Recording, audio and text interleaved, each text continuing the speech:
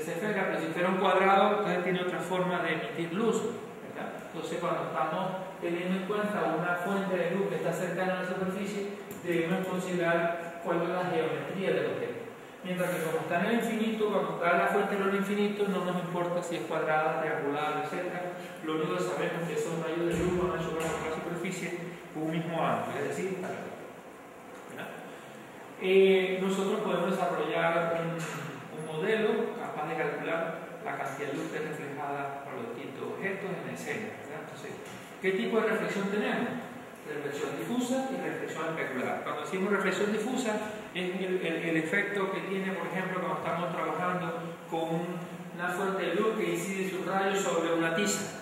La tiza es difusa, mate, entonces la reflexión es uniforme a lo largo y ancho sobre esa superficie. Cuando hablamos de reflexión especular, pues entonces esa reflexión especular se puede traducir como reflexión brillante, quiere decir que la superficie de la cual estamos trabajando es capaz de reflejar luz, ¿verdad? Y por lo tanto podemos ver puntos brillantes sobre los objetos que estamos tratando de visualizar, ¿verdad? Entonces vamos a ver cómo es el comportamiento. Cuando tenemos una superficie difusa, ¿verdad? La luz es distribuida de manera uniforme, o sea, quiere decir, si esta superficie es difusa, nosotros hacemos incidir un rayo de luz sobre ella, la luz se difumina a lo largo y ancho del objeto de manera uniforme, o sea, quiere decir que nosotros como humanos, ¿verdad?, estaríamos viendo pues, una superficie completamente uniforme, regular, que no nos va a dar, muchas veces no nos va a dar la sensación de tridimensionalidad, porque uno enfoca con un rayo de luz una tiza, pues como es completamente opaca, uno ve solamente una cara, no se le ve como el efecto de brillo, no da en las esquinas, ¿verdad? Entonces da el efecto de continuidad, y entonces el efecto de tridimensionalidad, la superficie es opaca, ¿verdad? La superficie es difusa, pues, se pierde algunas veces, ¿no? Bien, entonces fíjense que cuando estamos hablando de luz difusa, ¿verdad?, una reflexión difusa, la distribución de los haz de luz reflejados, ¿verdad?, se distribuye uniformemente para cualquier punto o posición visual que tenga el observador. Pero cuando estamos hablando de reflexión especular o brillo, los haz de luz que se reflejan tienen cierta concentración, y esa cierta concentración justamente tiene que ver con el punto donde incide, ¿verdad? Y habrá vectores de reflexión con máxima intensidad si nosotros justamente estamos observando el punto de incidencia del haz de luz que choca con la superficie.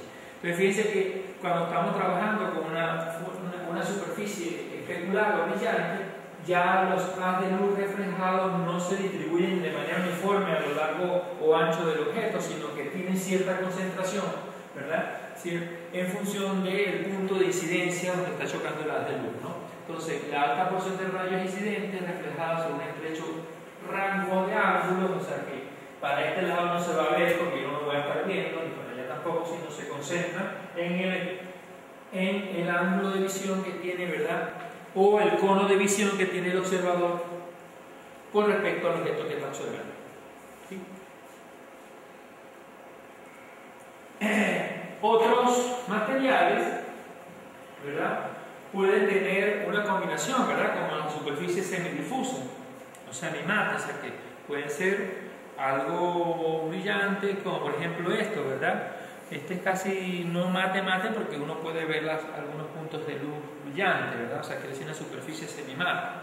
Muchos materiales sirven el efecto de que con una superficie semidifusa o semimate, pues entonces conjugan, ¿verdad?, el haz de luz. Fíjense que aquí hay una distribución uniforme, ¿verdad?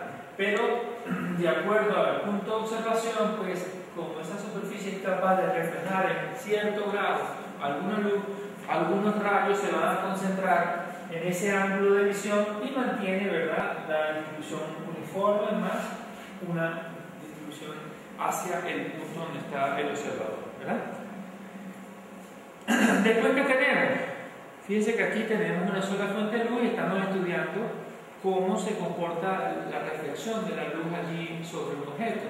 Pero en realidad, ¿cómo funciona eso? Nosotros tenemos muchos objetos dentro de una superficie y en esa escena donde tenemos objetos, pues esos objetos pueden contribuir de alguna forma en la emisión de rayos de luz reflejados que inciden sobre el objeto y así va a lo largo y ancho de la escena, ¿verdad?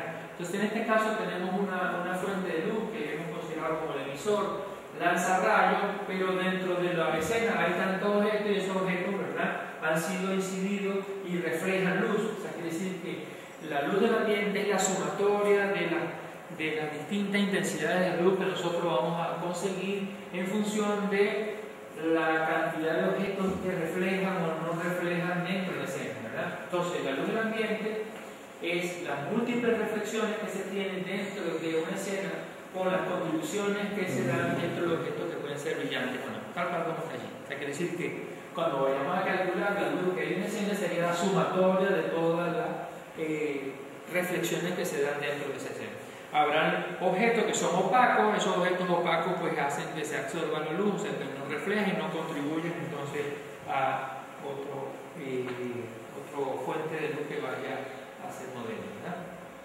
Entonces, en una superficie que no es expuesta directamente a una fuente emisora de luz, será visible si los objetos cercanos ya están iluminados. ¿Eso qué quiere decir? Que no todos los objetos en la escena, ¿verdad?, van a ser impactados de manera directa por la fuente de luz. O sea, cuando yo prendo una lámpara, pues a lo mejor en una habitación oscura y prendo una lámpara de noche, de mesa de noche, pues solamente los objetos que se van a ver son aquellos objetos a los cuales es impactado directamente la fuente de luz. Sin embargo, como dentro de la escena hay objetos que reflejan luz, esos objetos que son alcanzados por aquellos haces de luz que son reflejados, también van a ser vistos, ¿verdad? Eso es lo que dice aquí, ¿verdad? Una superficie que no es expuesta directamente en la fuente de luz será visible si los objetos cercanos están iluminados. O sea, si yo tengo un espejo y el haz de luz choca contra el espejo, pues el espejo rebota la luz y a aquellos objetos donde incide esa luz reflejada por el espejo, pues también los voy a ver, ¿verdad? Un modelo de iluminación debe tomar en cuenta lo siguiente, ¿verdad? La luz del ambiente, se quiere decir la luz que se refleja en todos los objetos que están allí, ¿verdad? La luz reflejada difusamente desde un punto de la fuente, o sea, quiere decir la luz que reflejan los objetos difusos. La luz reflejada espectacularmente desde un punto de la fuente, o sea, quiere decir que tengo que considerar al momento de hacer un modelo de iluminación la sumatoria de todas las contribuciones que se tienen de la luz, ¿verdad? Quiere decir entonces que si nosotros, fíjense que aquí tenemos que considerar la luz que genera el ambiente, la luz que se refleja de manera difusa, la luz que se refleja de manera especular, ¿verdad?, para mi modelo de iluminación. Entonces, consideremos el primer punto, el modelo de iluminación del ambiente, o sea, lo que genera el apuro ambiente. Entonces, el nivel de luz del ambiente es IA, o sea, que esta es la intensidad del ambiente, IA, intensidad del ambiente, y la cantidad de luz del ambiente reflejada en la superficie del objeto es KA. Entonces, KA es la constante del ambiente, o sea, quiere decir que la intensidad de un objeto que podamos tomar para el modelo de iluminación, cuando el área de luz es luz del ambiente, si nosotros quisiéramos considerar un modelo de iluminación solamente con luz del ambiente, el modelito de iluminación sería la intensidad en un punto sería igual a la intensidad de la luz del ambiente por esa constante K sub A. Y esa constante K sub A es una variable entre 0 y 1, o sea, es un factor de amortiguamiento, o sea, como para decir cómo se va a distribuir mi luz a lo largo y ancho del objeto que estoy pintando. Entonces, ese sería solamente con la contribución del ambiente. Cuando tenemos la contribución del ambiente, entonces, como no hay brillo ni nada, entonces nosotros lo que tenemos es un objeto pintado de manera mata, o sea, no hay contribución, o sea, quiere decir que cuando estamos pintando con modelo del ambiente, pues la estructura que se va a pintar es una estructura mate, una estructura que no tiene brillo, ¿verdad? Al pintarse de manera uniforme puede perderse de información tridimensional y al pintarse de manera uniforme se pierde el realismo. Eso quiere decir que un objeto se pinta completo de un solo color, sin tener en cuenta de que a lo mejor en una esquina puede tener color brillante o puede estar orientado de una manera. Si hacemos uso del modelo de iluminación del ambiente, tendríamos una característica como esta, ¿no?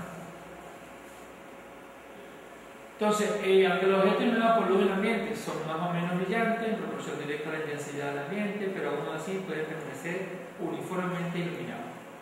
puede lograrse un mayor efecto realístico si se considera un punto de luz como fuente, ¿no? Eso quiere decir, si tenemos fuentes de luz que emanan uniformemente en todas direcciones, ¿verdad? El brillo del objeto varía de una parte a otra, y entonces tendríamos que la dirección en la cual varía es proporcional a la distancia en que se encuentra la fuente de luz.